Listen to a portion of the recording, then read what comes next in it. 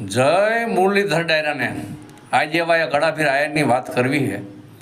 દેવાયત આપાને ઉગાની વાત કરવી. વાત બહુ મોટી છે, લાંબી, મારે ટૂંકમાં વાત કરવી છે. ટૂંકમાં વાત કરી તો સમલદેવ પરમાર રામકીના અગ્નિકુંડમાં પ્રવેશ કરવાની તૈયારીમાં અને 100 મહિનાના નવગણને એ વડારણના હાથમાં દીધો અને હાથમાં દઈને એટલું કીધું વડારણને કે બેન વડારણ, મારા 100 મહિનાના નવગણને મારા જીભના માનેલ ભાઈ આલીધર બોલીધર નાગેરમાં દેવાય તાપાની ડેલી સુધી પહોંચાડી દે ને તો કાળની તેવડ નથી મારા દીકરાનું રૂવાણું ખાંડું કરી શકે. ટૂંકમાં દીકરો નાગેરમાં દેવાય તાપાની ડેલીએ પહોંચી ગયો અને સોલંકીનું કોઈ ખબર આપ્યા કે તમારો દુશ્મન નાગેરમાં આલીધર બોલીધરના પાદરમાં દેવાય તાપાની ડેલી ઉછરીને મોટો થાય.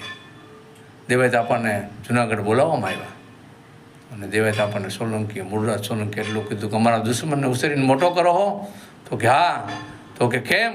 રાજ હામું વેર બાંધવા સારું થઈ? તો કે નહીં, રાજની સેવા ચાકરી ભક્તિ કરવા માટે થઈ.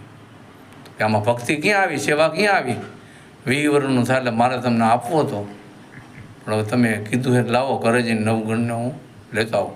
નહીં, તમે નજર કેદમાં રહેશો, અમારા માણસો જાય છે, માણસોને નહીં આપે નવગણ તમને આયરાણી હો.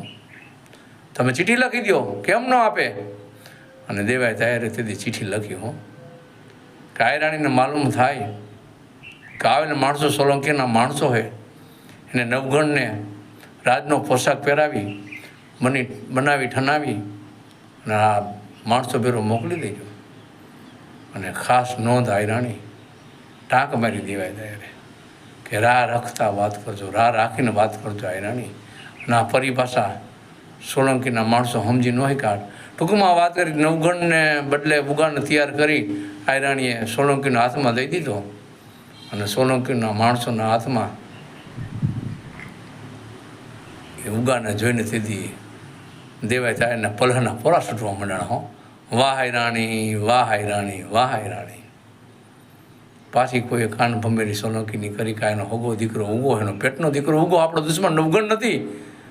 તો હવે શું કરશું? જો આપણો દુશ્મન નવગણ હોય તો દેવાય ત્યારે કયો પોતાના હાથે જ આ નવગણનું માથું એની તલવારથી ઉતારી લઈએ. આમ કે આમ ઉગાના કાંધમાંથી દેવાય ત્યારે તલવાર ઉગાવી અને તેથી હાથ વરનો ઉગો ઉપર જોઈને એટલું બોલ્યો હતો કે બાપુ જોઈજો તમારો હાથ ન ધ્રુજે હો, નહીં તો સોલંકીને ખબર પડી જાય એના પેટનો દીકરો ઉગો હોય. અને બાપુ ઘા એવો મારજો, ઝાટકો એવો મારજો, મારી એકેય નસ જીવતી ન રહેવી જોઈએ હો. અને એક ઝાટકો માર્યો અને લોટકો કુંભાર ચાકરા માથેથી માટીનો પીંડો જેમ ઉતારી લઈએ એમ હગા દીકરાનું માથું આયસરા ધર્મ હારુથી ઉતારી લીધું. તેથી દેવાય તો બોદરનો હાથ નહોતો ધ્રુજો, પણ સાહેબ તલવાર ધ્રુજી ગઈ હતી, તલવાર ધ્રુજવા માંડાણી. અને તલવારને ઉદ્દેશીને દેવાય ત્યારે એટલું કીધું, હે શક્તિ, હે ભવાની, તું ધ્રુજી ગઈ? તારા ભરોવે ને તારા વિશ્વાસે રણસંગ્રામમાં સુરવીરો લઈને તને ઉતરતા હોય, આ તું ધ્રુજી? તો એ ભવાની શક્તિ તલવાર આયરને જવાબ આપે હો, એ આયર, હું શક્તિ, હું ભવાની, હું કોઈથી ન ધ્રુજું. કે જાવ હાદાકટ ઝાટકે નથી હું ગજથી ગભરાણી, જાવ હાદાકટ ઝાટકે નથી હું ગજથી ગભરાણી, પણ આજે બાપના હાથે બેટડો વધેરતા હું હરેડી હરિયાણી. હે આયર, હે દેવાય તો બોદર, હું શક્તિ, હું ભવાની હોઉં. સુરવીરો મને રણસંગ્રામમાં લઈને વિતરાણ કદાચ એના સુર ચડી જાય અને પછી દુશ્મન ભલે હાથીની અંબાડી માથે બેઠો હોય, દુશ્મન માથે મારો ઘા કરીને દુશ્મન નિશાન ચૂકવી દઈએ તો હાથીના કુંભાતળ માથે પડવું તો કુંભાતળ તોડીને પેટ હોરી નીકળી જાવ હો. પાય લગીને હું કોઈ દી ધ્રુજી નથી, પાય ધ્રુજી ગઈ. આયસરા ધર્મ હારું થઈને પોતા હગા દીકરાનું માથું પોતે હાથે ઉતારી લીધું.